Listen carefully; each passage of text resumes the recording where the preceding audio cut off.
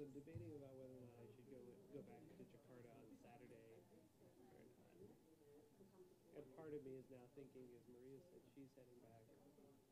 She's flying out on Saturday. Yeah, we're taking the same flight. Oh, so you're both, if you're both going out back on Saturday and nobody else is around, I may just go to Pulau Barrage for a day. Stretch ini. It's Oh ini terlalu ini. Central Borneo, Masih ada where I sih did yang my field atas. work.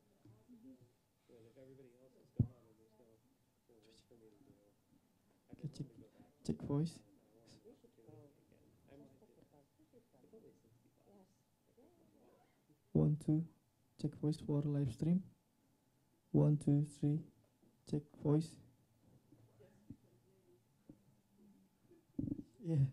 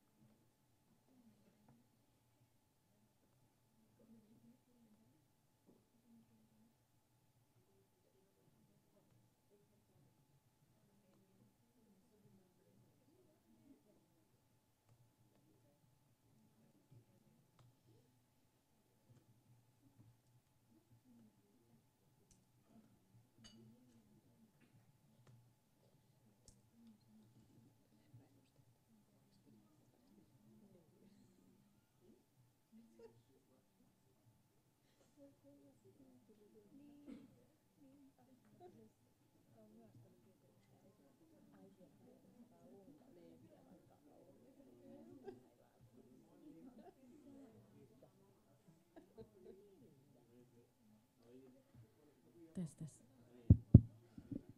test. Good morning. We are still waiting for several participants who have confirmed to come. We will start about 10 minutes, 10 to 9. Is that okay?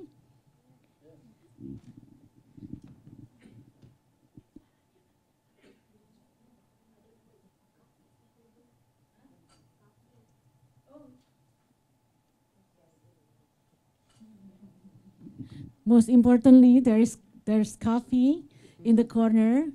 Feel free to grab. Mass exodus. And make sure you know your neighbors at the tables. Please engage already in hot discussions.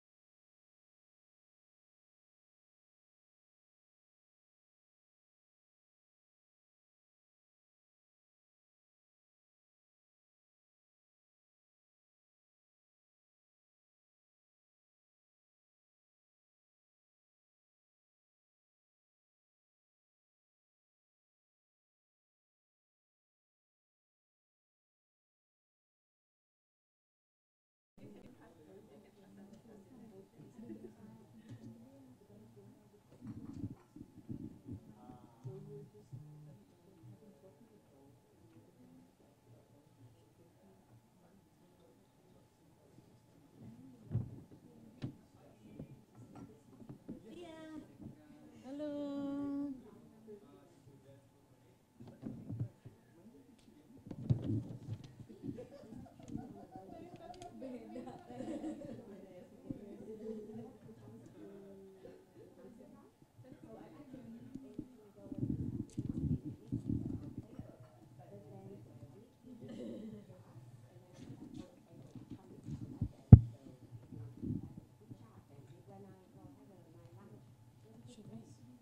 Should we start? Huh? Who? Afri? Alfie? She confirmed.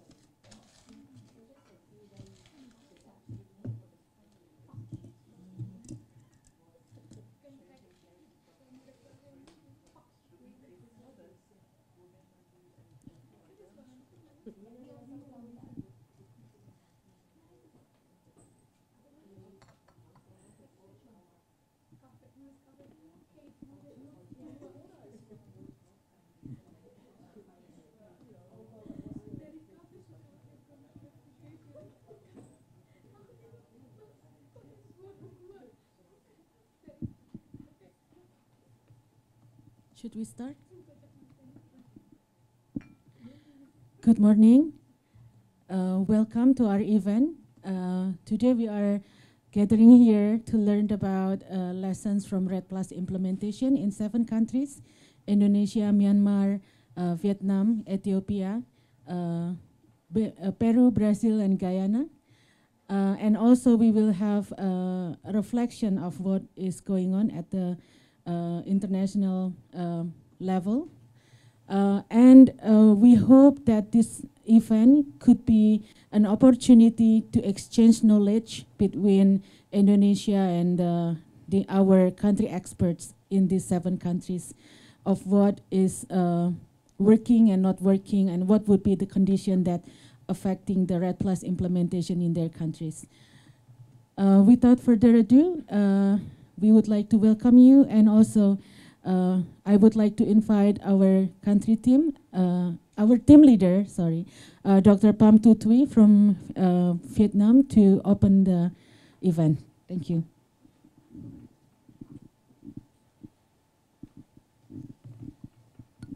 So good morning, mornings everyone. Thanks. On behalf of the C4 team, I would like to first of all express our special thanks for you to come here today and spending time with us. I think that later on more people will come, because as far as understanding from my college, there were 2 accidents in Jakarta. So some of our participants, are trapped in the traffic jam. But hopefully they will enjoy us later. Again, thank you so much for coming with us today. And on behalf of C4, we also send you our warm regard and greeting, and thank you for being here with us. For today's, as Cynthia said, the whole workshop is about the knowledge sharing event, where we actually was very happy to have the 7 team from 7 countries who are deeply engaged with the national REDD Plus policy progress and policy design in 7 countries. And we hope that this event will be a start for knowledge sharing, and also might help us to exchange further information in the future.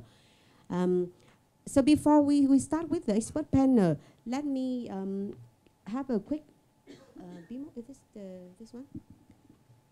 To have a quick presentation about CIFOR and our project, and right, yeah. I don't want to sit in the middle of the chat. Yeah. So actually, in my presentation, as a little bit of the background, I will briefly introduce about CIFOR and our global comparative study on REDD+. So I think that like most of you here today know more or less about CIFOR, but just to give you an update on what we are doing and where we are working now with CIFOR. So CIFOR is Center for International Forestry Research, and we were established in 1993, and our headquarters is in Bogo. And at CIFOR, we mostly carry out international research on forestry, and most of our research focuses on pressing challenges on forest and landscape management around the world, with the hope that with our information analysis, we will inform the policies in all of the study countries with their policy designs and policies implementation. At the moment, CIFOR is working in more than 40 countries, and it is a little bit of background on where we work and what topic that we are working in different countries and in different continents. At CIFOR in 2015, we have the new research strategies, and we restructure ourselves according to the Sustainable Development Goal. And at CIFOR, we have 6 thematic research related to forest, and some of the topic is on forest and human well-being. The other is more on the forest governance topic, where we focus on equal opportunity, gender, and justice. And the global comparative study on REDD+, and most of the finding today we present in this presentation belong to the thematic research on climate change, energies, and low carbon development. So let me just come back to the reason why we are doing our global comparative study on REDD+. And this slide is actually give us and also give you websites where you can actually looking for our information related to our project. But the whole rationale why we wanted to do the global comparative study on REDD+ in the first place is because at the beginning when REDD+ were proposed, it's come up as a very nice idea. And it's a dream that we can do the climate change mitigation with REDD+ and achieve a quick and easy solution. But soon after the REDD+ hit on the ground, there were so many challenges that different countries face, and it's actually a common challenges, such as like the dominant of politicals and economic interests that are underlying and undermining the drivers of deforestation. We talk a lot about the weak coordination among sector and also among different government agencies, and it is something that all of the countries facing when they are designing and implementing REDD+. We also have to face the problem of internal securities, and the safeguard is not in place. And the transparencies at the Paris Agreement kind of highlights in the document, transparencies and also accountable governance and legitimacies in decision making is something that all of the countries are facing, and also is one of the major barriers for hindering the actual implementation of REDD+ in most of the countries. With that, challenges that most of the countries are sharing and also facing when they are designing and implementing their REDD+ policies. In 2009, CIFOR had a funding from NORAD and together with many other donors to carry out our global comparative study on REDD+.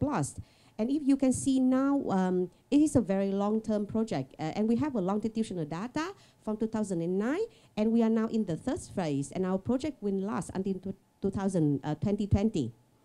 And the whole objective of our CIFOR Global Comparative Study on REDD+ is to support REDD+ policies arena and also REDD+ communities and practitioners with information analysis and tool to inform all of the key stakeholders and countries so that when they design or implement REDD+, to ensure that the REDD+ policy will have the 3E outcome. And in this framework, what we mean with effectiveness, efficiencies, and equities is with the effectiveness, how effective the policy can tackle the drivers of deforestation and degradation. Efficiencies refer to how REDD+ policies can actually implement it in a cost-efficient way.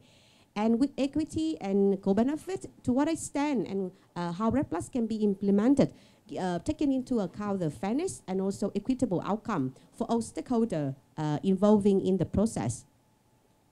And as again, our project could not have been done with all of the financial support from different donors, but so far NORAD is our biggest donor, so we express our special thanks to the donor. Let me quickly introduce about the CIFOR Global Comparative Study and the 3 phases of our project. From 2009 until 2012, most of our research focused on the overall designs of REDD+. So when the country is designing REDD+, what factors and what issues that need to be taken into account based on our previous knowledge and also research. In phase 2, from 2012 to 2015, our research focused on the evolving of the policies process. So actually, when REDD+ were designed in the first phase, how it's actually implemented actually is on the ground, and what are the challenges that all of the country face. Also, in this particular phase, from 2016 to 2020, our research will focus mainly on the assessment of the policy design to actually, hopefully being able to measure some of the actual outcome in the REDD+ policies arena. And with our global comparative study on REDD+, then in overall, we have been working in more than 17 countries, crossing through from Southeast Asia to Latin America and Africa. And more or less, all of these countries in our continent are still our active countries. But in this phase 3, we have 2 new countries, Myanmar and Guyana, because Myanmar is a very interesting study. And we are very lucky to have a partnership with the Ministries of Forestries in Myanmar and the Forest Research Institute to engage in this study. We also have a new country, Guyana, because among all of the countries to date, Guyana is the first and also perhaps the only one to date received the payment from Norway. And our colleague from Guyana can update to us more, hopefully during the panel discussion. In terms of how we structure our research with the GCS Global Comparative Study on REDD+, we basically have 5 work packages in our project. The first work package is on M1, where we're looking at the national policies and process. And we try to understanding how different countries designing REDD+ policies, whether or not it's successful, is any encounter policies or mixtures of policy that actually hinder or enable REDD+ policies work in certain contexts.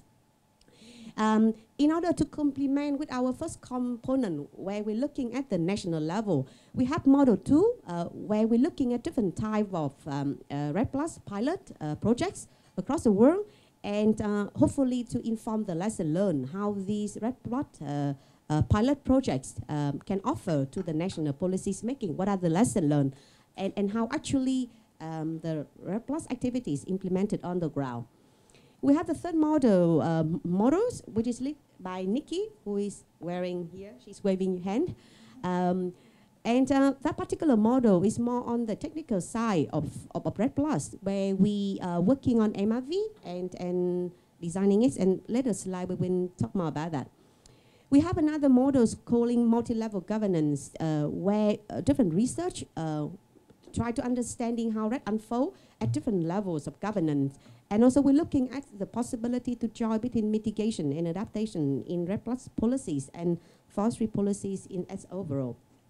And the final component, which is we have Christy at the back here, is more on the knowledge sharing kind of work package, where we hopefully to be able to pull out information from different models and disseminate and communicate and share with different stakeholders. And we're also doing a lot of training on the CSO and also media on what would be the interesting topic and relevant topic related to REDD+. Oh. So just to give a little bit of quick information on some of the research finding that different work package have had to date. And of course, over the course of today, we will be more than happy to share in detail if you are interested in any research component within our project. But just again, with the model 1, where we're looking at the national policies process, one of the interesting work, which is led by Maria, who is sitting over there, she can waving, and also Kaisa over there, is on our comparisons on the REDD+ policies and progress in 13 countries from 2012 until 2006. And basically, the latest findings from 2006, where you see different progress in different countries where we're working with. And in this QCA paper, they also identifies a numbering of factors and a combination of factors why in some of the countries they make a very good progress on REDD+, and some in other countries the progress is not yet there. And if you're looking at the list of the 13 countries, some of the countries make a very good progress, such as Brazil, Guyana, and also to some extent DRC. We don't, I mean, it's very unfortunate that we don't have an expert from DRC today, but some of our colleagues can also explain on the case of DRC. And I mean, with our analysis among the 13 countries, we also see some of the countries such as like in Vietnam and Tanzania, where they are a little bit back and forth with the REDD+ policies, and there's a lot of challenges. There was a whole document and also the reference at the end, and if you are interested to know more about the paper and our actual work, we have the two lead authors here, and we are more than happy to share our paper in hard copy or electric version. With M1 on national policy process, over the year, we're also doing a different kind of angles on REDD+ policy. Some of the things we're looking at specific lesson learned from different benefit sharing mechanism in different countries. For example, in the case of Vietnam, we're looking at the payment for environmental services, which is considered by the government of Vietnam as the backbone for their REDD+ benefit sharing mechanism. We also have a latest document led by CIFOR, where we're looking at REDD+ as a form of experiment for transformation chain in terms of governance. We also have a comparative paper looking at what are the risks for REDD+ when you are actually implementing REDD+ in different countries and with different contexts, and the paper is up there. We're also looking at institutional and also behavior change and also discourse, and that is some of the paper here. So just to get you a flavor of what we are actually doing at M1 and what are the potential output based on our research to date. With the model 2, where my colleague, Amy Dushao, she could not hear today, but we are more than happy to give her contact if you are particularly interested on the subnational implementation of REDD+ initiative and project. So in this one, we have the countries of the REDD+ project and initiative in 6 countries, and here is the map. And we're actually covering the 22 initiatives, and we have the database from more than 150 villages. And the database that we collected for the last 7 and 8 years is quite large, with 4,000 households. And in this particular model, my college at M2, they was actually measuring the actual impact of REDD+ using the before-after control and intervention methodology. And some of the key findings to date, which is now pulling out from our study at the subnational level, is if you're looking in terms of the impact, in terms of REDD+ impact on forests, based on our sampling at 6 countries and 23 initiatives, we see a very minimum reduce in tree cover loss at different REDD+ size. And, but actually, if you compare between the side where we have REDD+ and the side where we don't have REDD+, then the performance appears worse in the case without any controls. And at least if you can see in the impact of forest, based on the household surveys result, 2/3 of the household at the red side subject to intervention, and 65% of them actually reported on changes in land use. And I think we have Mela here. And also some of the college from CIFOR here working on M2 that can also explain in detail if you are interested in that particular component. In Indonesia, there was also a study conducted by our college under M2 where they pulled out whether or not the REDD+ project initiative had any positive impact on biodiversity. And they're using the case studies of Indonesia at one of the example. And basically, with the study with the finding to date, we found that REDD+ initiative in Indonesia located in high biodiversity area, but with lower than average carbon density. So it has a whole implication whether or not REDD+ can actually generate any positive impact on biodiversity. In terms of the impact on REDD+ on people, with the finding to date, we see no negative impact on income and well-being, but also no evidence on co-benefit.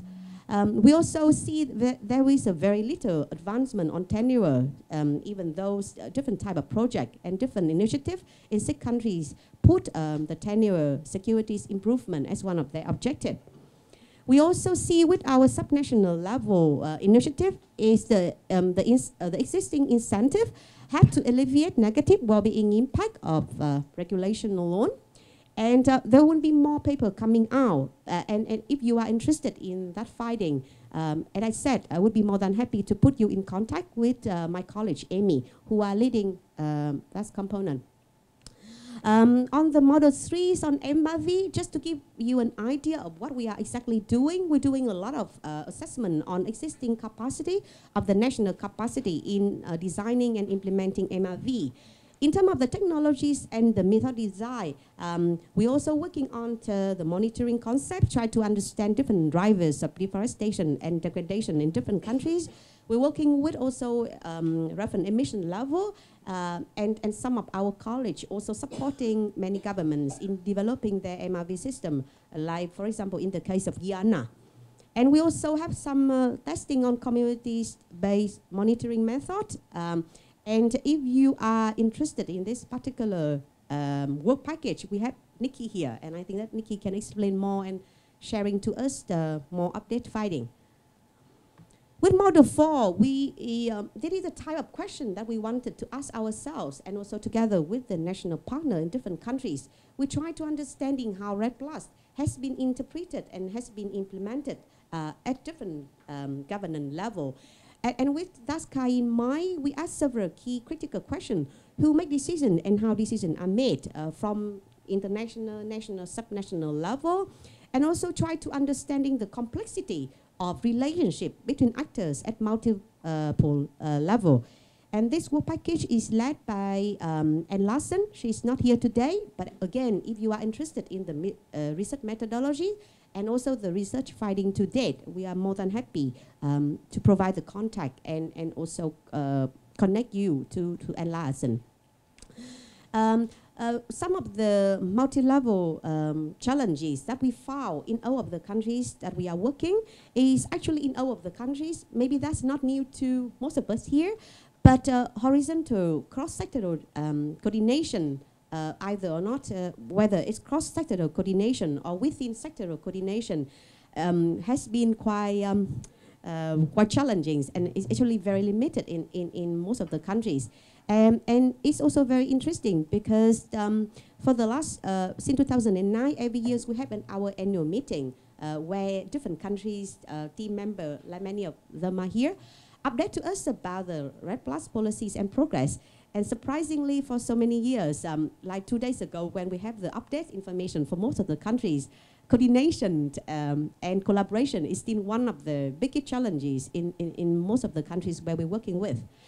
And also we also doing a little bit of analysis again on the complexity of relationship among different level, and we see the whole findings coming out from the analysis is the central government overrides subnational government decisions, and at the same time in many countries the subnational government ignore the central government. So there was a very weak linkage between central government and subnational.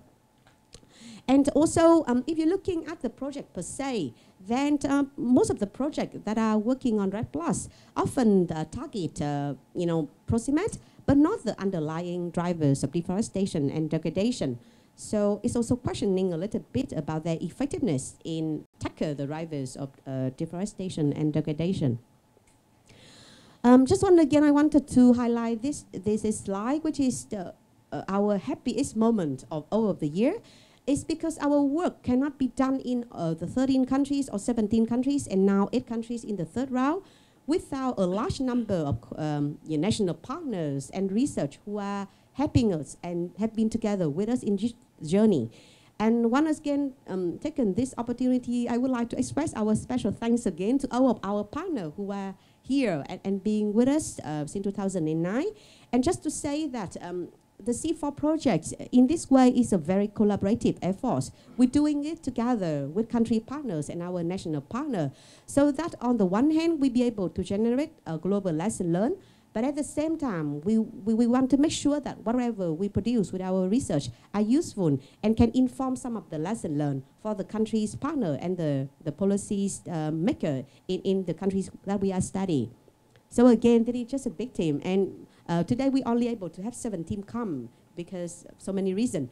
But just to saying that there is incredible collaboration effort. And thanks again, everyone from all the team who are here with us today. And again, that is the final slide. I don't want to take a lot of the time because I understanding that the panel discussion would be the highlight for today. But just again, thank you everyone for coming. And you have our the contact person from CIFOR Global Comparative Study Project with different components. And if you have any question or if you have any interest, please let us know. And again, thank you. Yeah.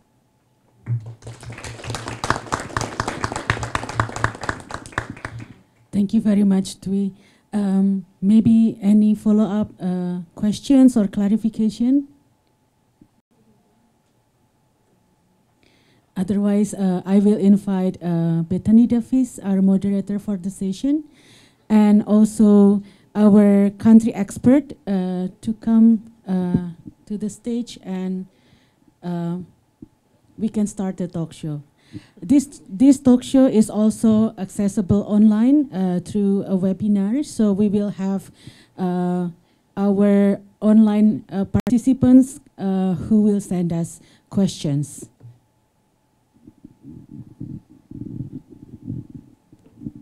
Thanks, Cynthia. Good morning, everybody. My name is Bethany Davies. I work with CIFOR. My role this morning is simply to moderate. So I would like to invite all of our country representatives to join me upstage. If we could seat ourselves in order from this side through. So if Myanmar and Ethiopia could sit down this end, and Guyana and Brazil more on that side.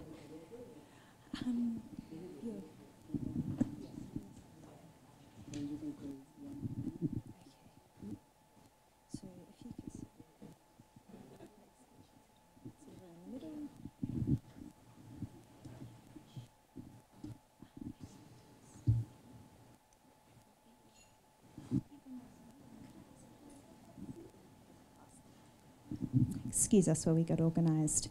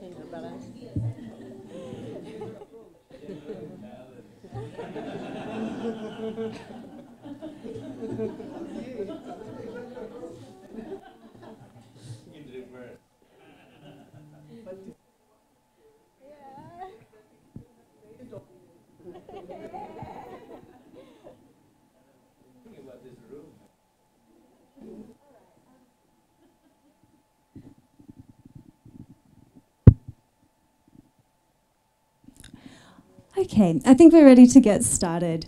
So as Tui pointed out, this morning what we have done is invited 7 of our research collaborators from the 7 different countries we've been working, well, from 7 of the 13 different countries we've been working with over the last several years, who've been collaborating with us to analyse how different countries are approaching planning and implementing REDD+ in very different contexts.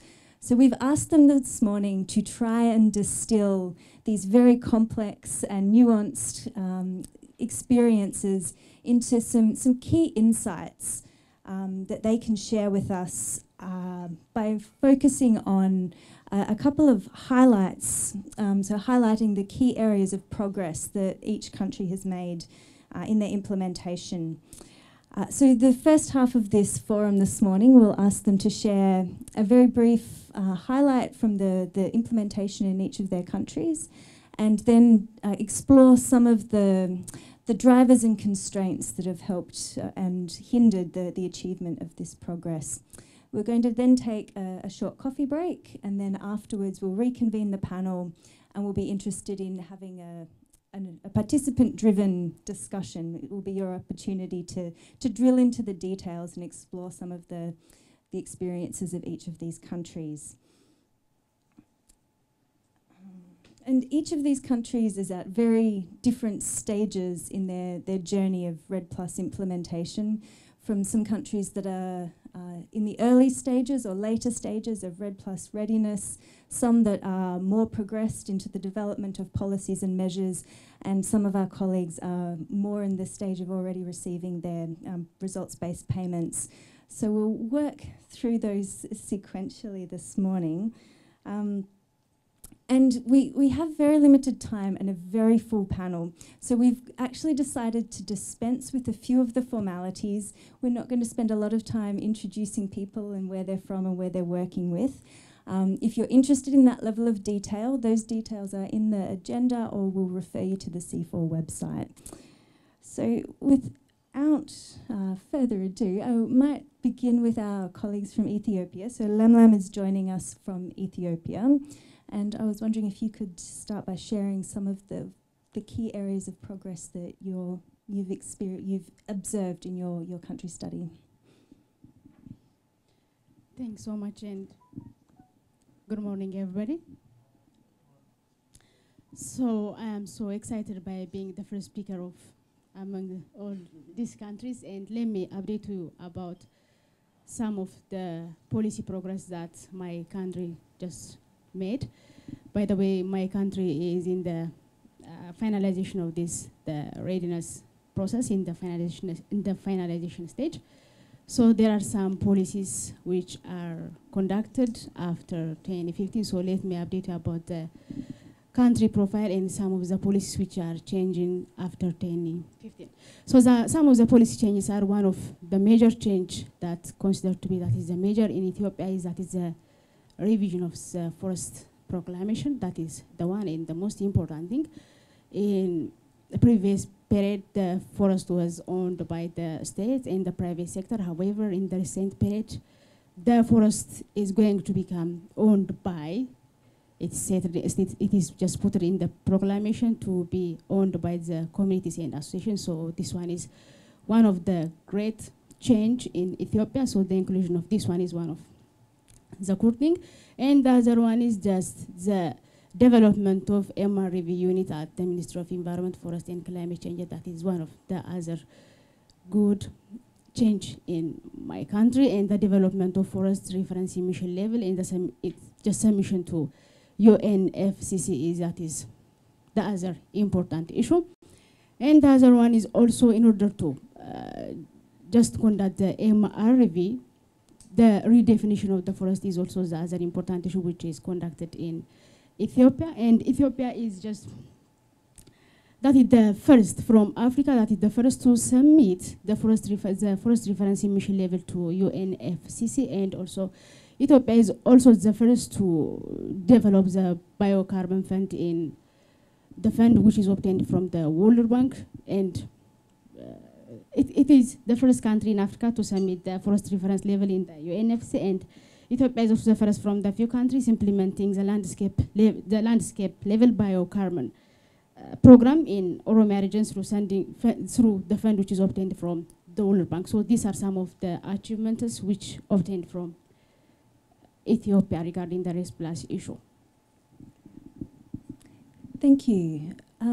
We might pass on now to our colleague speaking from Myanmar. So Yiya is joining us from Myanmar, and Myanmar is probably at the earliest stage of REDD+ development of anybody speaking today. Would you like to share the progress that you've made so far?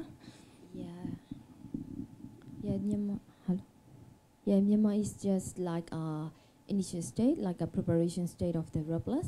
So we start to be a REDD+ partner country in the UN in 2011. Start from that time, we start to prepare the REDD+ roadmap, and then we formed the technical working group at the time, And so we just started the two sub-national labor project, just only two, and then we start to do the capacity building program. And after that, start from 2015 and 2016, we have a UN REDD targeted support. So that time we start to prepare the strategy and REDD+ strategy and FIL.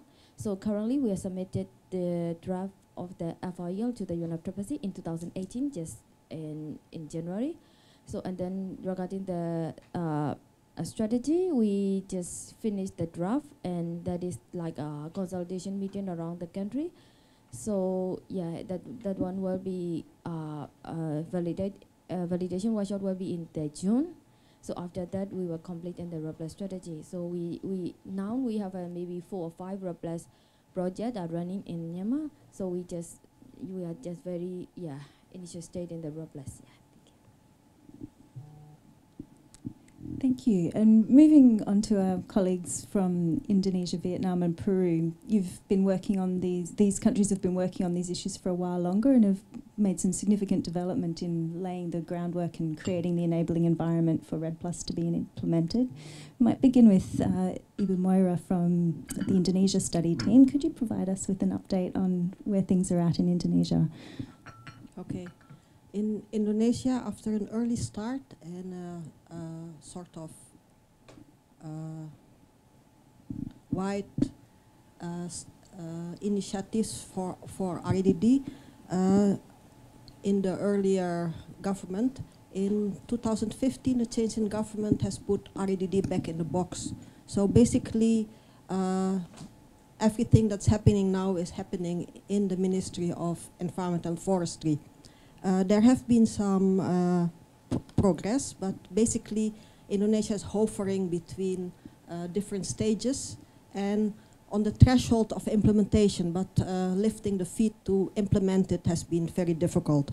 So there have been recently some new regulations which establish the general mechanism for REDD, the registration system, the MRV, and the inventarization of greenhouse gases, new regulations within the Ministry of Forestry. And outside the REDD, there has been the continuation of moratorium for new licenses. There has been a big effort to rehabilitate, restore peatlands, and with that also attention to diminish fires, which all affect how REDD can operate later on. And then there is the one map policy. So that's in a nutshell. Thank you. Yeah. So also, like in Indonesia, Vietnam is quite, was one of the pioneer countries in Southeast Asia because we had already the national REDD+ strategies in 2011 and 2012. And last year, we have a revised version of the national REDD+ strategies. In the previous version, we had a very general commitment to REDD+, but the national REDD+ strategies didn't tackle to the drivers of deforestation. And with the revised version, which were published last year, the new NRAP and the new national REDD+ strategies directly tackle to the drivers of deforestation and degradation, which is a major achievement in the countries like in Vietnam. In Vietnam, we submitted the emission level to the UNFCCC already in the earlier 2017 and already finalized the beneficiary mechanism through REDD+ fund. And now we are now in the state of finalizing the safeguard framework, and it is expected that by the end of this year, the national safeguard system will be operationalized in Vietnam.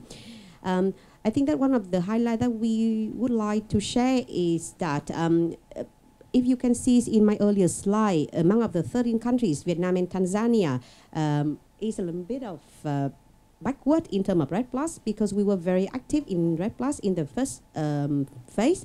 But over the time, the political commitment and the political interest of the government on REDD+ has been reduced. And just 2 weeks ago, even though in the past we have the National REDD+ Steering Committee chaired by the Prime Minister and with the participants from all of the ministries, actually supposed to be coordinating REDD+ policies in Vietnam. A few weeks ago, that REDD+ Steering Committee has been dissolved, And even though 2 weeks ago we still have the independent and standing REDD Plus office, 2 weeks ago we don't have any more the REDD Plus office, because that REDD Plus office has been merged again into another department under the Ministries of Forestry.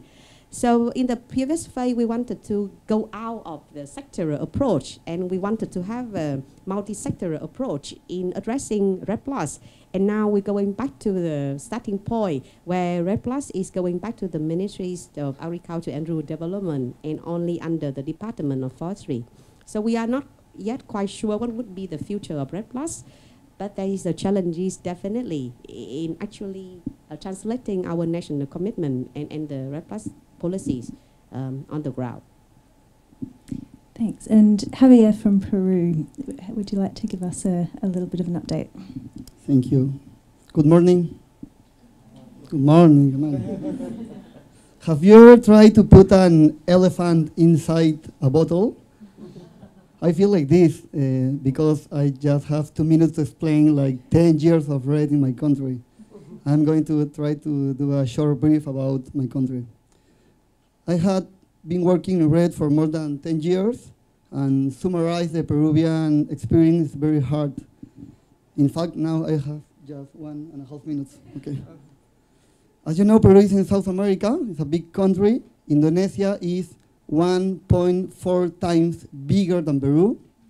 We have 128 million of hectares, and you have 181 million.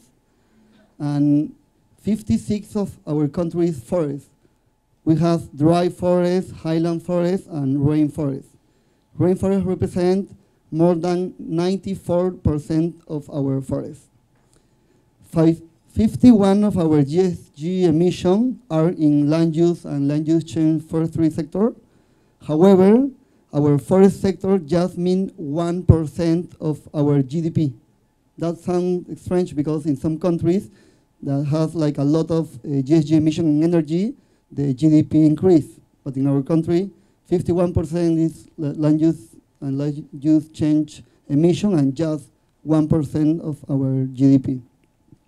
We started to talk about REDD 10 years ago, and Peru is part of a lot of different processes in Forest Carbon Partnership Facility, FIP, the Forest Investment Program, ONU REDD, and some key actors are World Bank, IDB, Norway, Germany.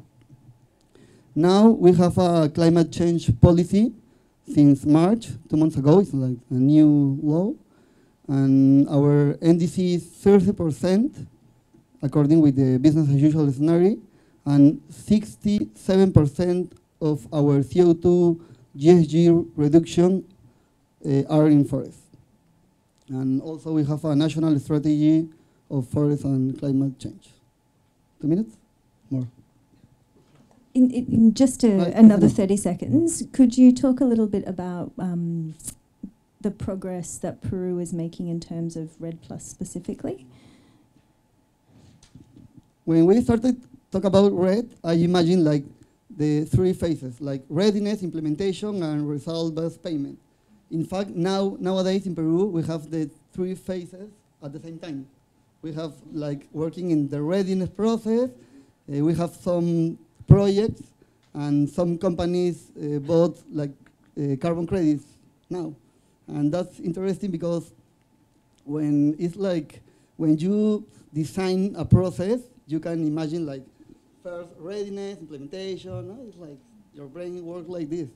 But it's hard to coordinate between different stakeholders, and the reality is different. Okay, thank you. So everything happening all at once in a very challenging situation. Thank you. And our last 2 country representatives.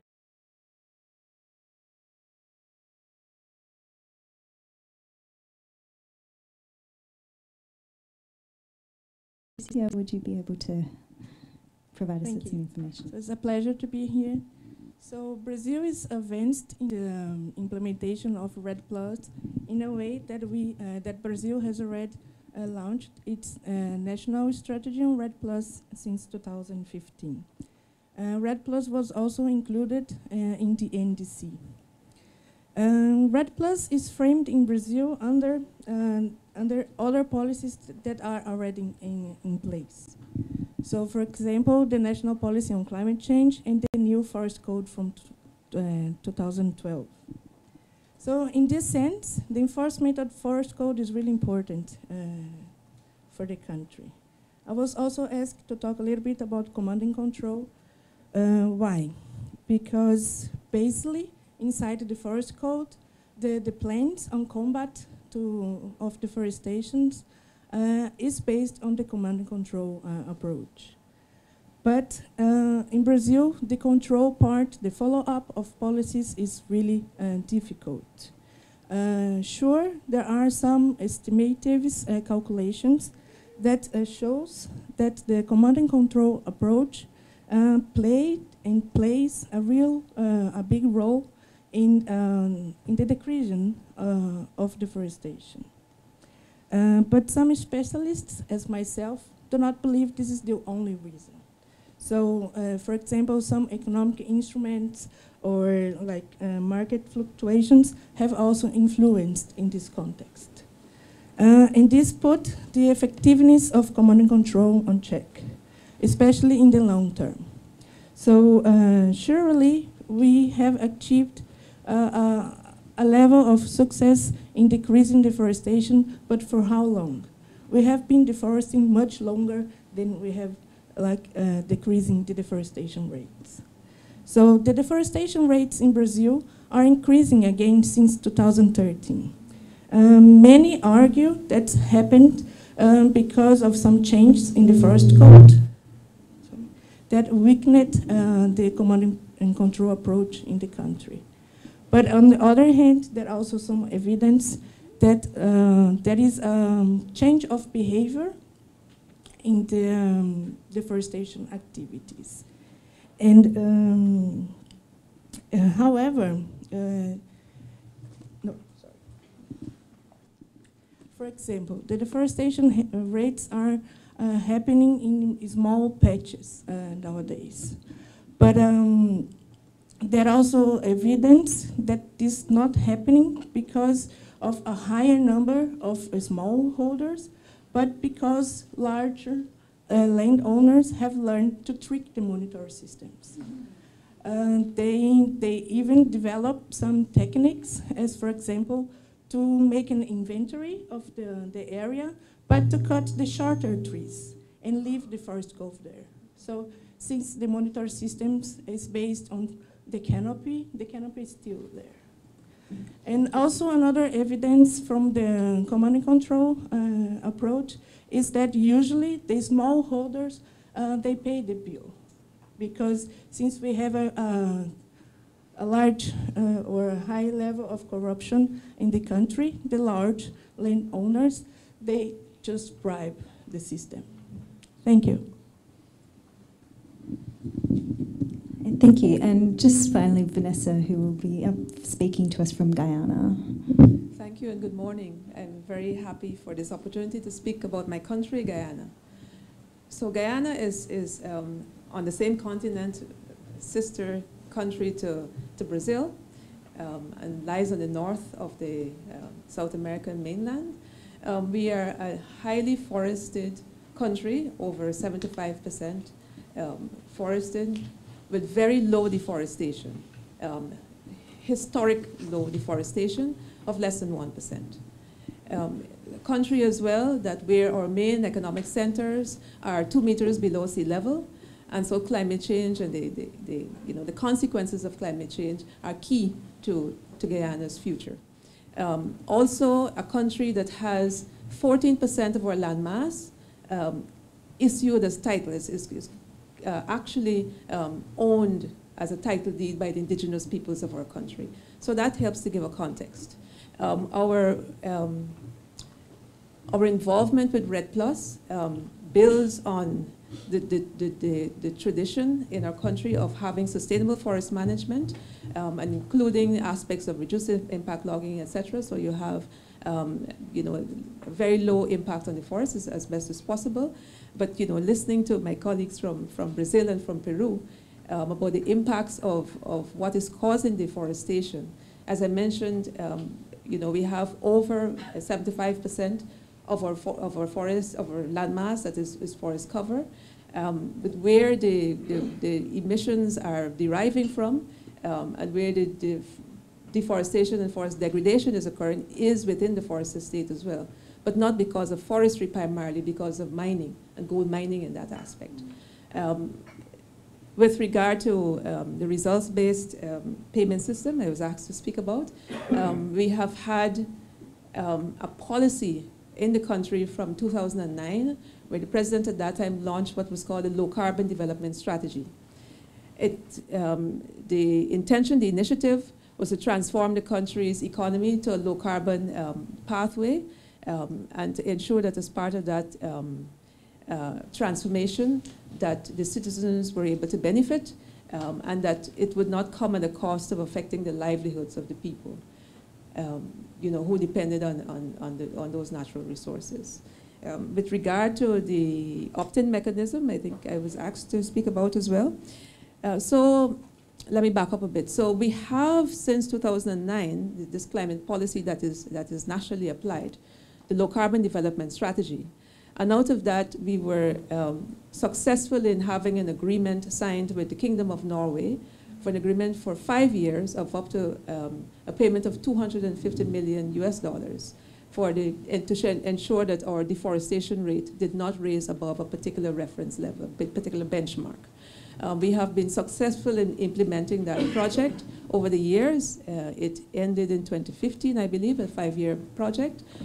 We are in the stage where we have a kind of a no cost extension for that agreement, so that we can continue to implement the actions of it. But our current government is also in discussion with Norway on prospects of having a new agreement, etc. With regard to what payments we have received thus far, we have received about $190 million over the years. How it is assessed, we'll be using wall-to-wall assessment of satellite imagery to assess the land use changes, and that is matched with ground truthing, particularly with the support of indigenous communities who have been involved in a CMRV. Have I gone over time? I hope not. But yes, who have been involved in community monitoring, reporting and verification. And so that has helped the MRVS to become more credible, more robust. I believe I should close here. Thank you. Thank you so much for each of you for those brief overviews. We are also quite interested in hearing from each of you. We might begin with you and maybe work backwards down the panel. In the context in which you're working, in order to achieve what you've achieved so far, what are some of the drivers that have supported that achievement, and what are some of the complications that you've experienced? I guess this study particularly uses REDD+ as the target for the study, but what it's really discussing is how do policy and practice changes occur in these very highly contested, very complex spaces. So we're really interested in understanding some more detail about what drives and enables and constrains some of these transitions within different countries and different contexts. Thanks. I would say one of the key things, two of the key things have been the leadership at the level of the government and and the policy in that, matched with stakeholder involvement and building awareness of the citizens to understand why the country is engaged in these kinds of arrangements. So, for instance, a country like Guyana that has such high forested cover and very low deforestation rates, you would have had to address issues like, why are we worried about climate change where we are maintaining our forests and other countries haven't? So why do we continually have to do things and perhaps curtail some of our activities? So quite a lot of consultations have been held and continue to be held across the country. There is also what is called a multi-stakeholder steering committee and an expert group that helps to inform the process, that helps to address perceptions and misconceptions and build people's understanding.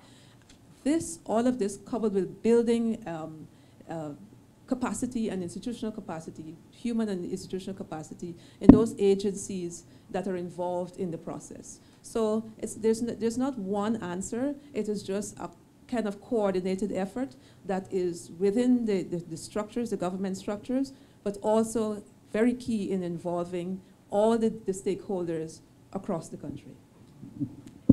So those are some of the features that have enabled. Have you run into particular challenges as well in terms of progressing to the point that you have and actually being able to achieve those targets and receive the payments from your...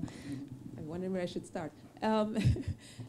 Not particularly in a negative way, but as in my view, I'm not speaking on behalf of the government, in my view, a kind of a learning process. And that's why I see the value of this engagement, because it helps us to share and to learn what experiences are.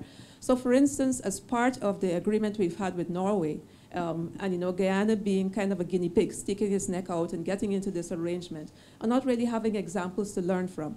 And so Guyana has, through its partnership with Norway and with support of international organizations, both local and overseas and so on, Guyana has been able to kind of balance itself, for the want of a better description, to deal with the issues that may not have been considered at the inception of the agreement. So for instance, while we have, the forest laws are continually being revised over a periodic process, and you look at the policies and so on, and all the other things that match it, there was a kind of a surprise, perhaps, in my view, that there was a necessity to go towards the EU FLECT VPA process. So that was one of the requirements. It is not a negative, because I think I know that it's helping the country to improve the issues related to logging and compliance with not only national but international conditions. But how does this help the country to achieve the arrangement as part of the agreement, and what other perhaps surprises, for the want of a better description, that may have come along? So for instance, as part of this agreement as well, the payment system, so it is continually being discussed that the arrangement, the agreement with Norway is not kind of like an ODA. It is not a grant. It is a service. It's a country that is providing a service and being paid by the other partner. And so how can this experience be managed in a way that you don't have there are additionalities for compliances that are not necessarily within the original agreement? So in our instance, you have the World Bank, and you have the IDB, who are now, the World Bank is a trustee as part of the arrangement, and you have the IDB as well, a partner entity, who are involved in the process, and as part, when Norway releases the payment for the year, it's a kind of an annualized payment. When Norway releases the payment based on the opinion of independent forest monitors, and says, we've done the auditing, we've gone into the country, we've checked based on the reports. When that money is released by Norway, then the World Bank, bless their hearts, and the IDB adds, we think that you should also comply with this. And you haven't really made enough progress on this. So, there's a bit of a hold. And so that can cause a bit of frustration to a certain extent, and kind of affect some expectations. But to a certain extent, you understand where these international partners are coming from. So how do we strike the balance? I think that's one of the interesting aspects to me that we have experienced in the country. Great, thank you, sir. Just one more final question for you before we move on. And I'm sorry, I haven't really prepped you for this one, but if you think about REDD+ as a model that has a certain theory of change that is driving it, there's some assumptions about the model, assumptions made in the model, that there are some things, some incentives, and some principles that are incorporated that will make it a transformative framework. You've touched on a few of those in your presentation, so you've spoken about this idea of incentives-based payments, but also the principles of equity and participation as core parts of the model. I was just wondering if you could give some reflections about how these principles and theories have played out, and whether you believe that they are going to lay the groundwork for sustainable or transformational change within your context, and if not, why not? Again, I don't know where to start. There's so many things happening in Guyana at the current moment, but going back to the context I gave you at the beginning, I did not mention that one of the greatest contributors to our GDP is gold mining, and mining in particular. And when you compare the earnings and the contribution to the economy from mining compared to what the country has earned and can earn through arrangements with our international partners, there is this case of how can we really have that transformation that moves from the business as usual, where you have, but our sector is really contributing a larger share than perhaps, and we are more guaranteed in terms of the contribution to the economy than, well, what guarantees do you have to have another agreement? What else is out there on the international scale? So those are aspects that we have been trying to balance and manage as we progress. The other aspect now is that since 2015, there has been a very large discovery of oil and gas off Guyana's shore. So that kind of puts a spanner in the works because it is a totally kind of paradigm shift, a new dimension that was not really considered as part of this process. The extent of that reserve is huge. I was reading, I mentioned to my colleagues, yes, I was reading a reference from the Bloomberg report, which referenced the kind of flows that Guyana can derive from its oil reserves to be like drinking water from a fire hose. So kind of like a lot more that you can take on. And so while we talk about, how, the incentives can work and equity and so on, I think one of the things that we're also trying to grapple with and to prepare ourselves for is how can we maintain these transformations that we have achieved, the progress that we have achieved in this new dimension. I think that kind of presents a larger consideration that normally we would not have had when we started this engagement with CIFOR and this project. Yeah. Great, thank you. I might come back to Patricia to discuss similar issues. So in your experience, you began to touch on this in your earlier presentation, there's already been some significant challenges that Brazil is experiencing, despite being able to demonstrate that you are achieving the reductions and being able to attract those payments. What are some of the challenges that you're experiencing, but also what are some of the things that have supported Brazil to get to the point where they are? Okay. I think, as all other countries, the implementation of REDD Plus in Brazil has positive and also negative aspects. But I also think Brazil has learned a lot during this process. But as also is shown in our research, like one of the biggest problems in Brazil is about coordination and interaction among sectors, mainly among agriculture, mining, energy. Also the alignment between subnational policies with under the national umbrella. Another issue is participation. Is in the country continue to be implemented like a top-down decision-making process. And another big issue is to tackle the deforestation drivers. One of the reasons is because the larger landowners in Brazil are also the biggest part of the political arena. So the decision makers are the one who owns the land and are benefited from the economic land uses.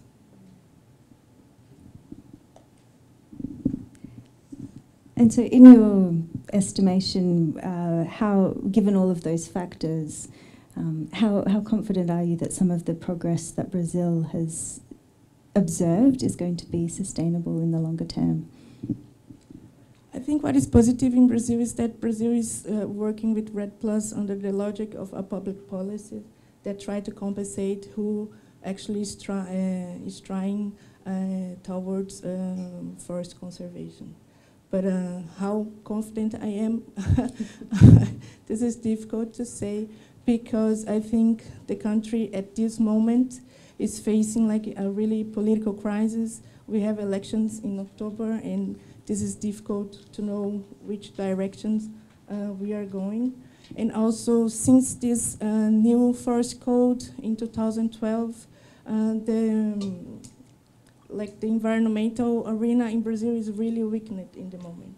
So it seems that it will be really complicated for Brazil to comply with, to be in line with the climate targets, and to really achieve sustainable development or be a sustainable country, or to protect the forests. Thank you to both of you. Those are some really interesting reflections on even when you've made some very significant progress and you've been able to establish a system and attract investment. It's a reminder that we are subject to very dynamic circumstances and some very significant external drivers that can have a really big impact on how it is that those systems are managed. I might pass over to our colleagues from Peru. Javier, when you're reflecting on Peru's experience so far, what are some of the things that have enabled you to make the progress that you have, but also complicated that? As I said, we have like readiness, implementation, and result-based payment at the same time. That means that we have like a national approach, but also a project approach. I think some of these projects are like with verified carbon standards and climate, community, and biodiversity alliance standards. They are like, this project started like 6, maybe 8 years ago. And this is very, very good because the projects permit that some people, like the, how do you say that, like capacity building process to manage some software like the dynamic and some software to develop the MRB system, but just in a project levels. The challenge is how we can match the national process with the project process, because the reference level is hard to match it. I can say good night because in Peru it's like 12 hours of difference. Despite of that, we have the same problems, like the coordination problem between mining, transport, agriculture. It's the same problem in all the countries. For that, I think like CIFOR, Global Comparative Study, and this kind of platform is like allow us to share our problem, because sometimes we feel like we have like big problems in our country and are the same problems. We think like share our knowledge, like easy to find a better solution. And I think another important thing is like we are working like in a flexible process, like learning by doing in Peru. And in the past, when we talk about REDD, always talk about grants, like World Bank, IDB. It's like free money, you know, it's grant. But nowadays, like the forest investment program is $50 million, and 50% of that is grant, and the 50% part is loan. That means that we have to pay. And that is interesting because some new stakeholders like economic and finance minister start to ask what REDD means, no? And we have a new player in the arena. And economic and financial minister is a key stakeholder because it's the focal point for like Green Climate Fund.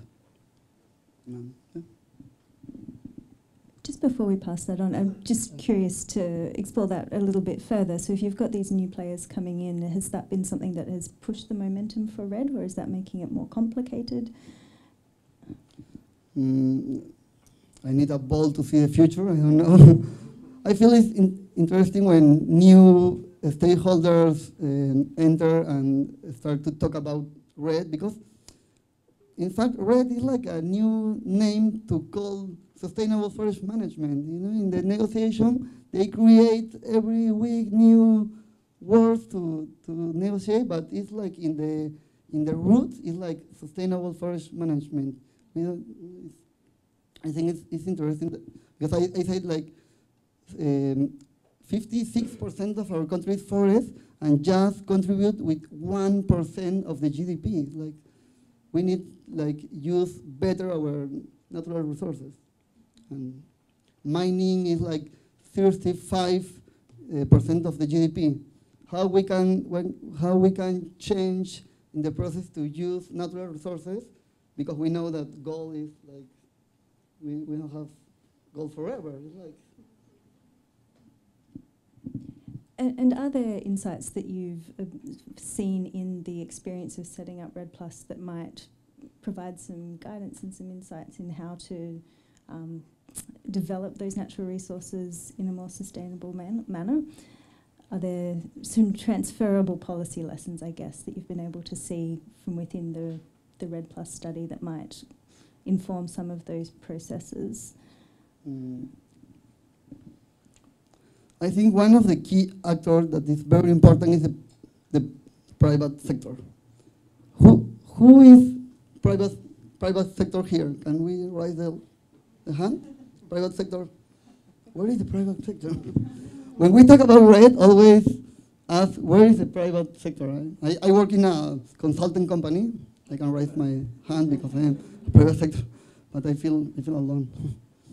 I think one of the challenge is how we can include private sector in the arena, because they are, but because you know the people, if you study the deforestation drivers, the private sector is part of the drivers always, because it's about money, right?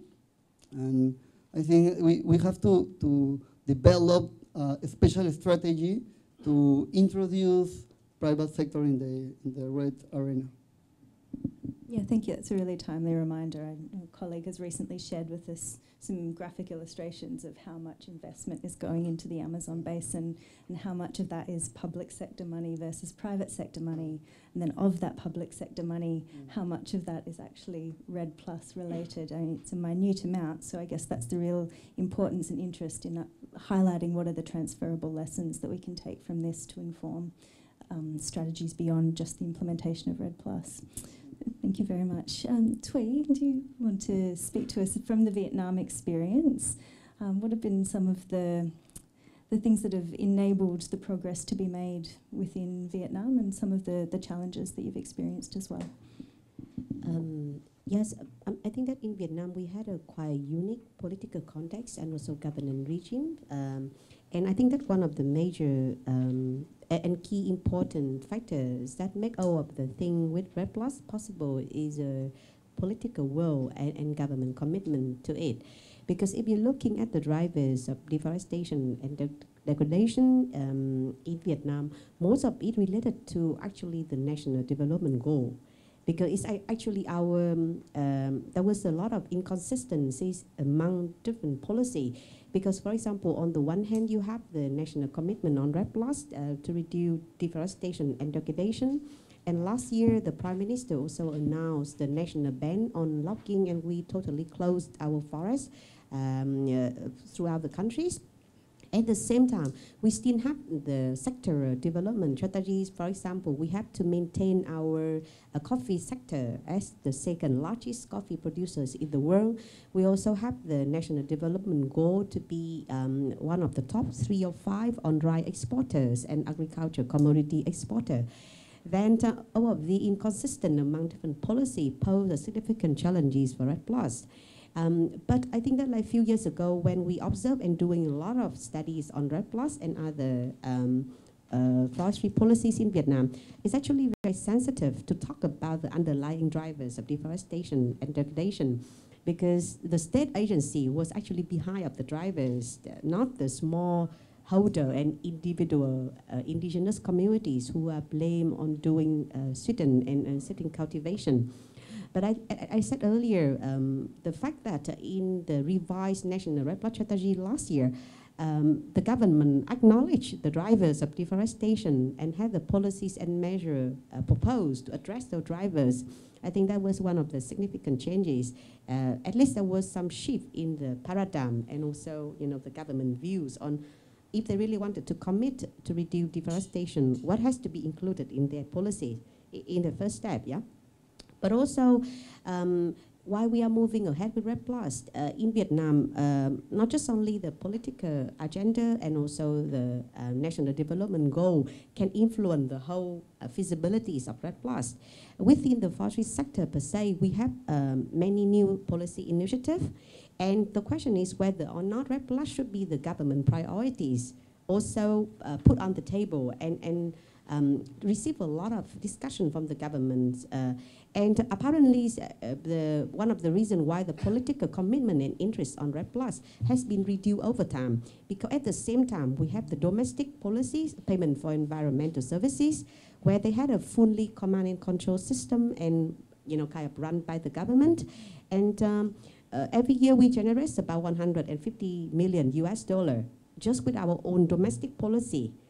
And in contrast, where you comply with a lot of requirement, international requirement, and you're expecting a lot from REDD+, but Vietnam has not received any payment from the donor.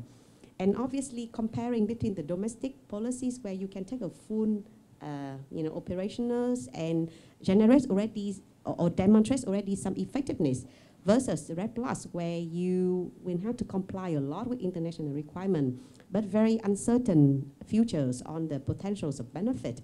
And last year, the government, during one of the national workshops that we host together with the government, it made it very clear that REDD+ will not be the political priorities and concern of the governments of Vietnam. So in the context like this, but I think that for the last few years, we observed many positive changes in Vietnam as well. Because in the past, in 2012, we carried our study on safeguards and free prior informed consent and ethics. And basically at that step, the government almost didn't want to talk about that. And ethics and indigenous rights were treated as one of the most sensitive issues in our debate. And for a moment, many researchers and also there was a great deal of concern from Norway and also from many donors about the fact that we didn't tackle into that kind of indigenous people and equity aspect. But over the time, I think that with a lot of consultation, with a lot of exchange, and also with a lot of awareness raising, it was very great to see that last year with our forestry law revision, it's the very first time that indigenous and community rights were mentioned in our forest law, which is also showing a little bit of change in terms of policies and also political views. Yep. Thank you. You touched on some really interesting issues there in raising the dimensions of power and also that complementarity, but also tensions between nationally driven processes and internationally driven processes. I'm sure that they will all get picked up on and discussed further. I might move on to hearing from Ibu Moira about the Indonesian experience. Would you like to discuss some of the drivers and constraints that you've observed in the Indonesia context? Okay, Indonesia, REDD started at a time when there was a realization of that the underlying causes of deforestation are beyond the forestry sector. So the first task forces and the REDD agency really did a multi-stakeholder and had a national strategy. But when it was put back in the box, it became a forestry issue. So all these external drivers then are beyond the control of the Department of the Ministry of Forestry to actually, I wouldn't say tackle, but there are contextual issues which make the implementation of REDD more complicated than it was when it was a more general issue.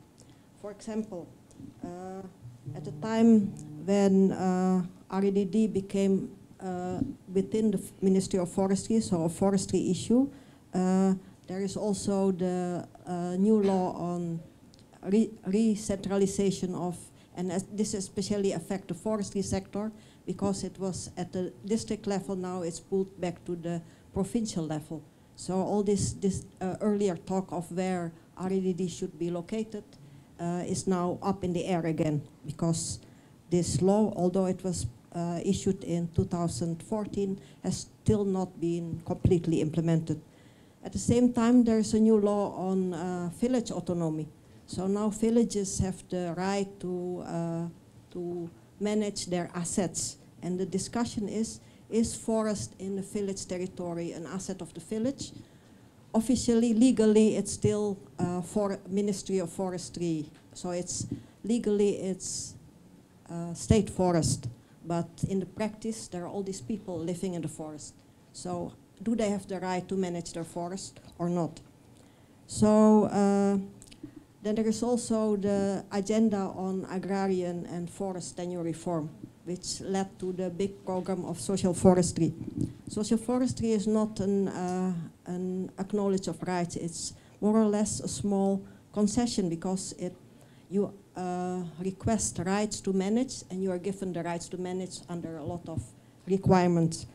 So some groups of people do not really want to accept the social forestry program because it doesn't really accept their rights. At the same time, there's also a new law, a new instruction that indigenous communities' territory are recognized, which is theoretically about 40 to 60 million hectare of the 90 million hectare of forest, but in the practice only so far, I think 16 communities have been recognized that they have the right to their territories. So all these other millions are still in dispute.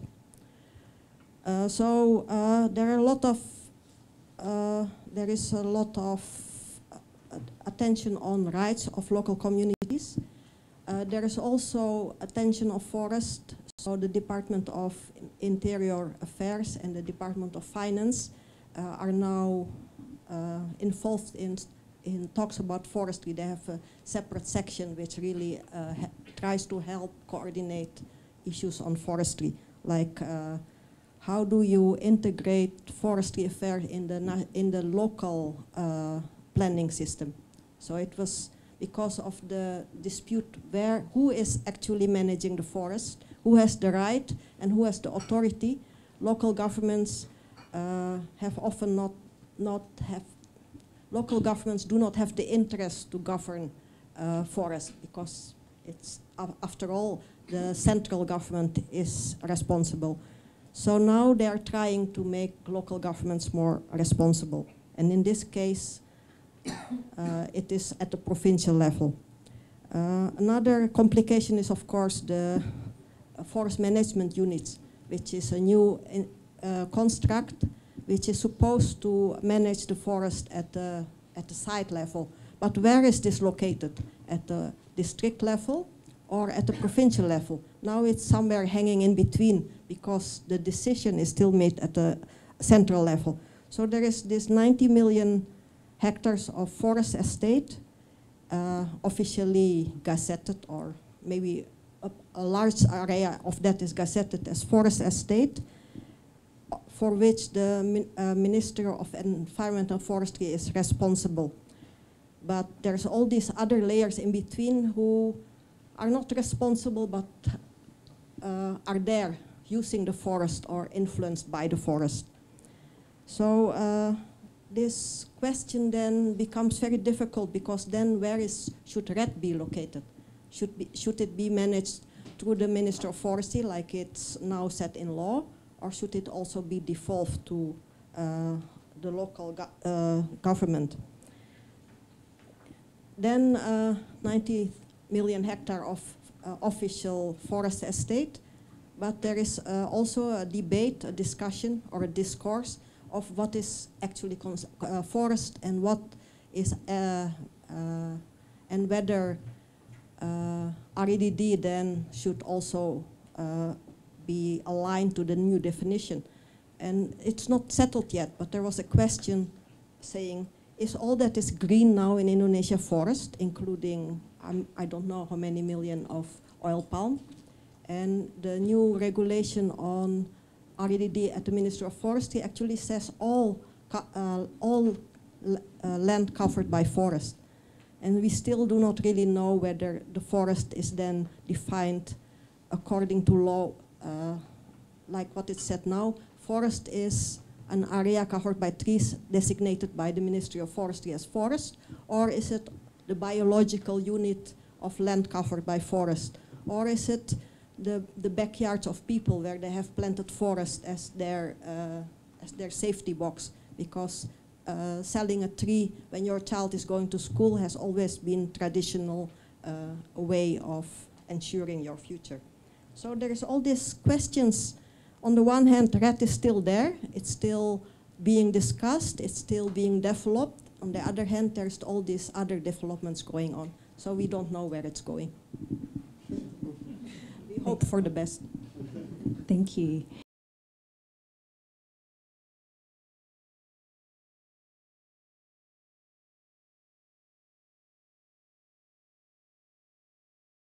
Manage it is all very key and common. I think we've heard across a number of the country contexts.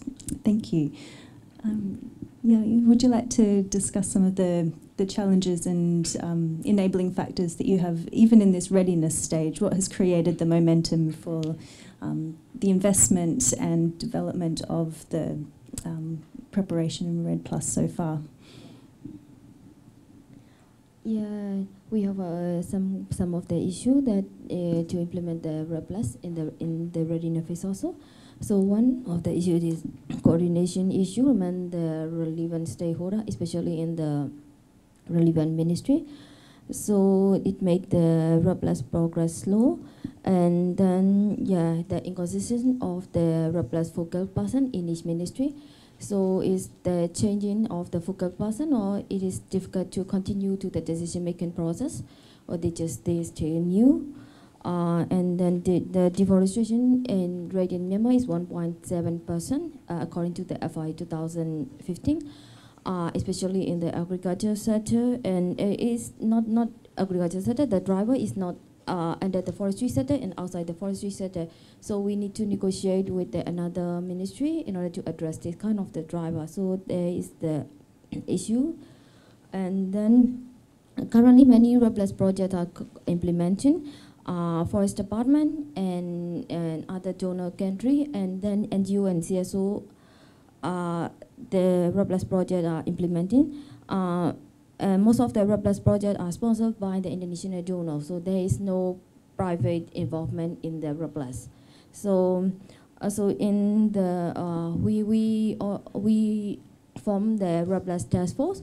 For the first time, we invite all of the line ministry. After that, according to their recommendation, we invite the second task force meeting. We also invite the REDD+ focal person in each REDD+ project from the NGO and the Forest Department as well, in order to provide the guidance and cooperation among the REDD+ project.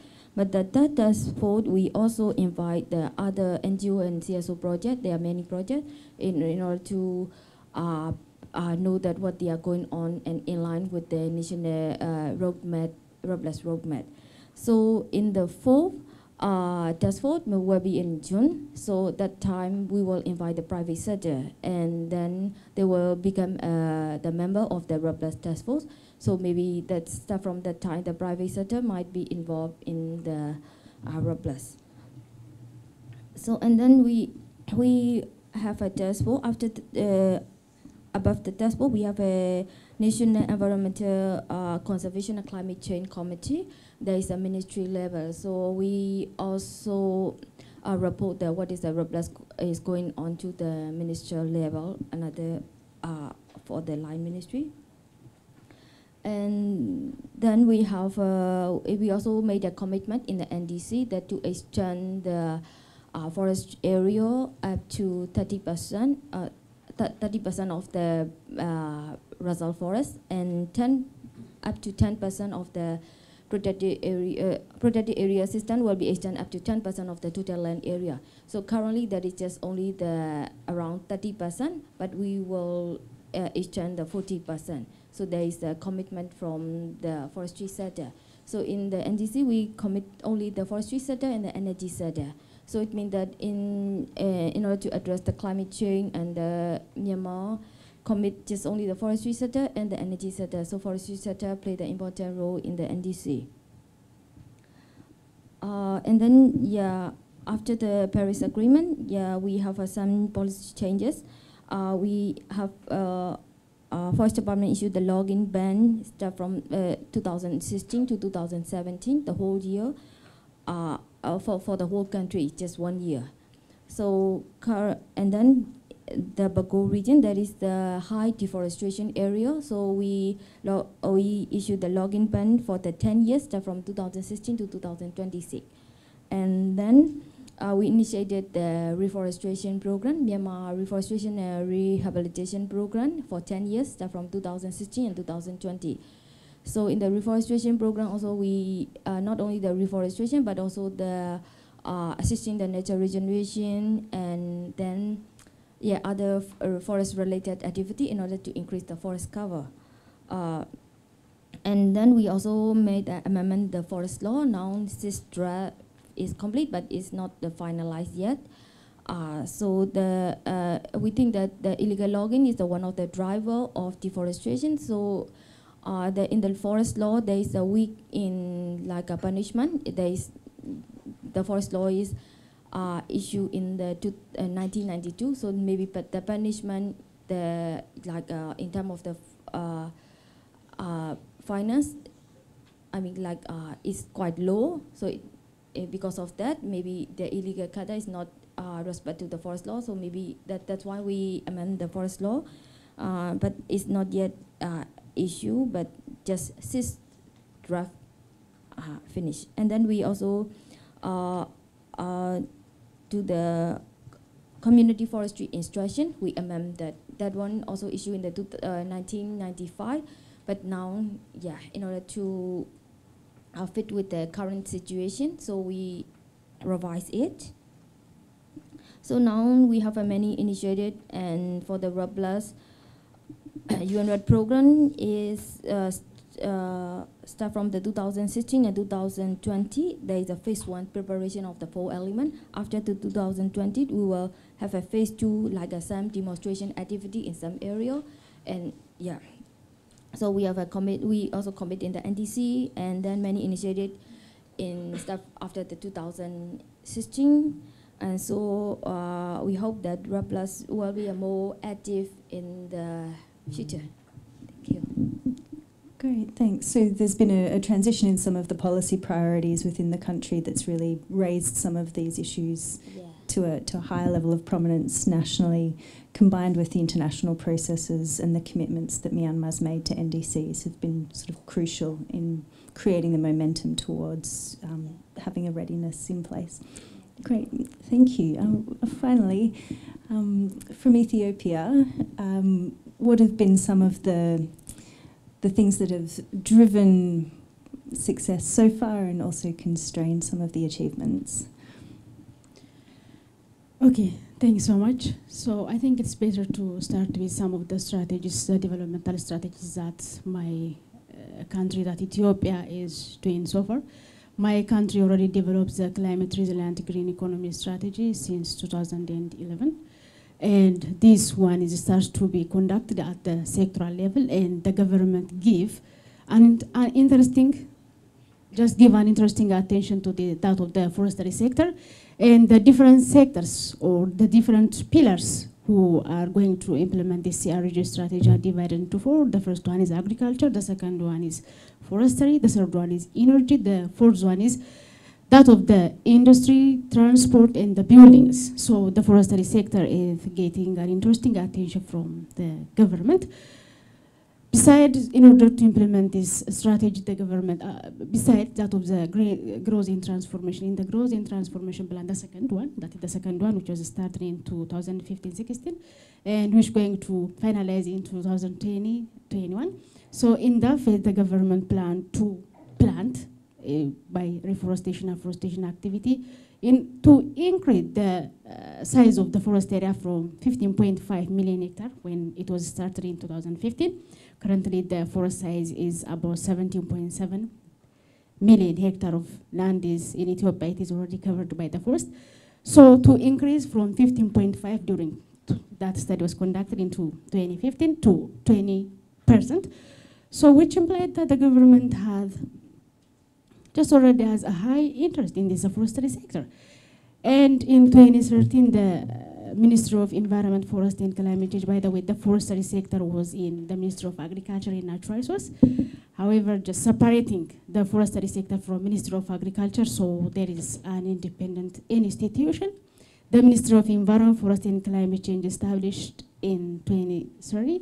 And in this Ministry of Environment, Forest and Climate Change, there is REDD+ Secretariat. And REDD+ Secretariat is in order to, do the readiness phase, doing a lot of stuff in order to comes to the finalization stage of this readiness steps. Capacity building stuff, just opening of different coordination units in different sub-regions like Tigray, Amhara, Southern Nation nationality, and Oromia. And also currently it is planned to open the REDD+ coordination unit in the Benishangul right now. So we're going to have 5 coordination units in Ethiopia. So we can see that Ethiopia has, a high interest in these forestry issues.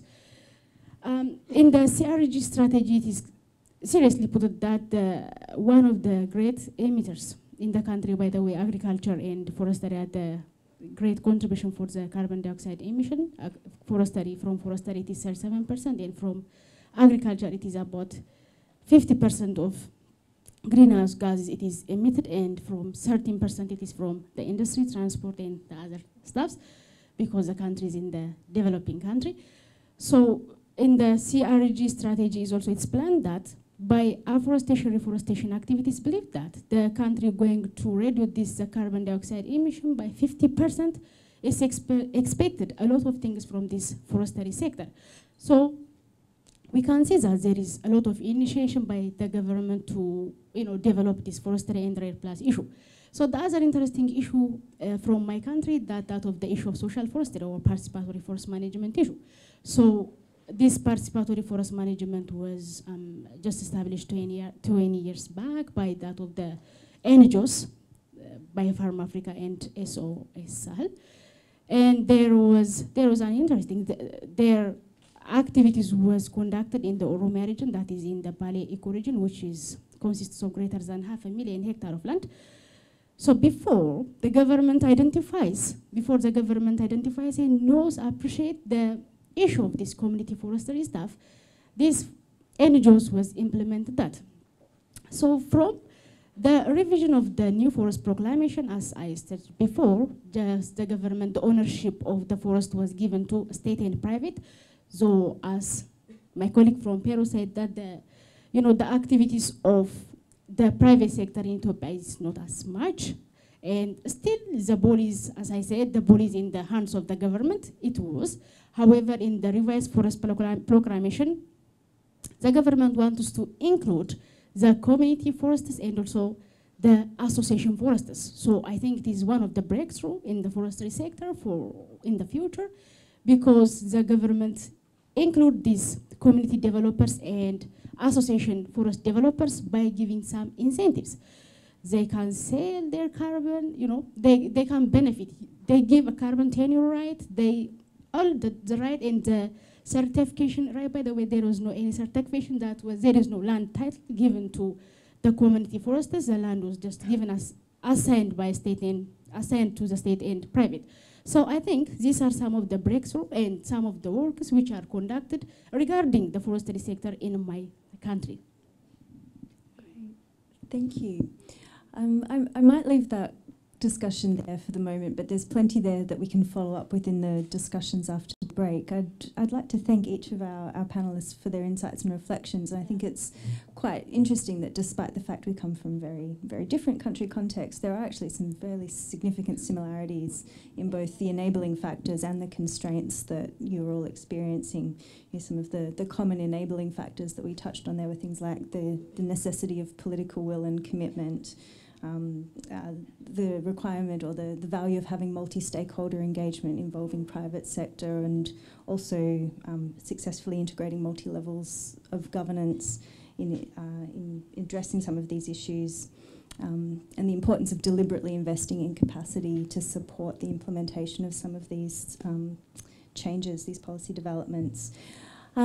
Before we move on to the coffee break, which is coming up quite shortly, I'd like to invite one of our colleagues and long-term collaborators on this research project, Professor Maria Brockhaus, who is currently the Professor of International Forestry Policy at Helsinki University, to just provide some reflections and comments on what you've heard so far this morning.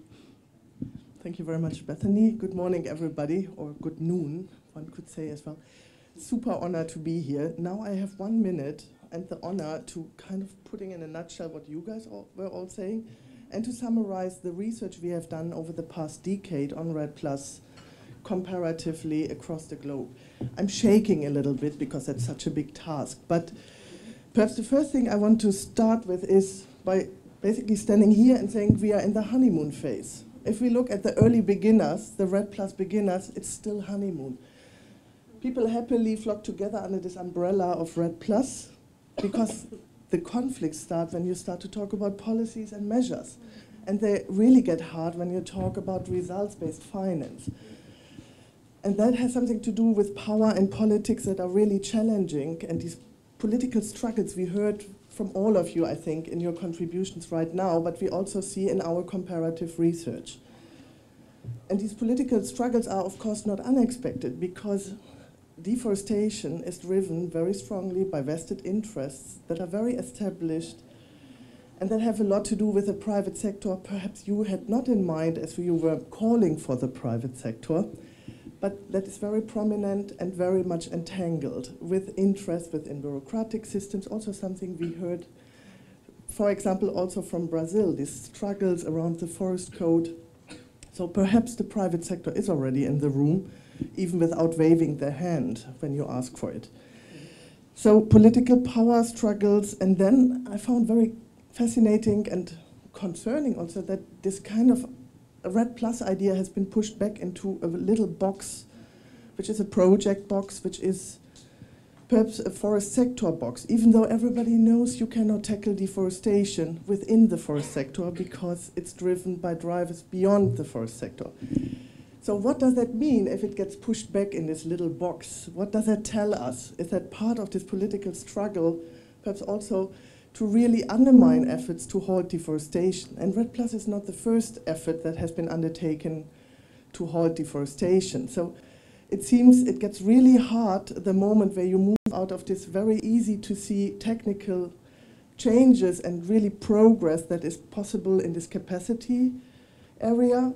When you move into policies and measures implementation, where we then really see that it hurts perhaps those interests that really don't want to change. And that moves me also out of this kind of domestic country. REDD is not a domestic problem as such. It's not a problem of forest-rich countries. Who benefits from deforestation? Who are those that benefit? And who are those that keep investing in activities that drive deforestation? So while this is also somewhat depressing, I think what we also heard is there are new coalitions. These technical advances have brought new information that can help civil society, which I think came also through here, to really hold state and private sector that made commitments a bit more accountable. But that makes investments, and I hope here in the room is civil society. Who is civil society? Research, by the way, is civil society as well. Thank you. I think this makes it so important, and that gives all of us also a responsibility, I think, to engage in this process and contribute to holding accountable states, countries, forest-rich countries that committed in their NDCs. But also, I think, and me, myself, coming from the north also, coming from Germany, living now in Finland since 1.5 years, hello, who benefits, again, is the question. So holding accountable, I think Norway did that very interestingly, and that is this kind of Norwegian pension fund, if I'm not mistaken, where they realized, on the one hand, we invest big time into halting deforestation. On the other hand, we are investing in private sector activities and benefiting from that that drives deforestation. So they kind of revised, but only because civil society was pushing for that, they revised their investment strategies. This is homework for countries beyond the forest-rich countries that are sitting here.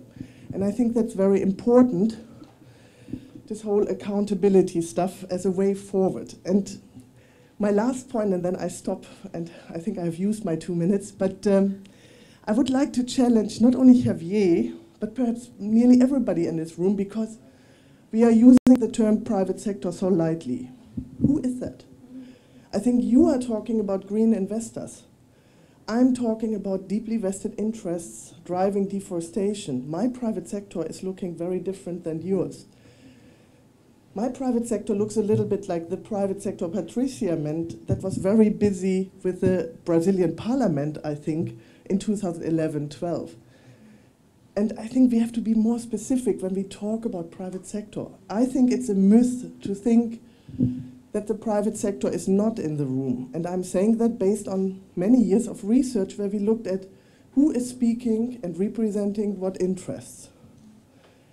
And what we found is that, which is also the role of the state, of course, to some extent, state actors do represent business interests. And living in Finland, the whole development agencies, ministries are representing home countries' business interests. I'm not sure if there are any representatives here from donor countries, for example, or payment countries, but this is a reality. And I think we have to be very careful when we use this term private sector.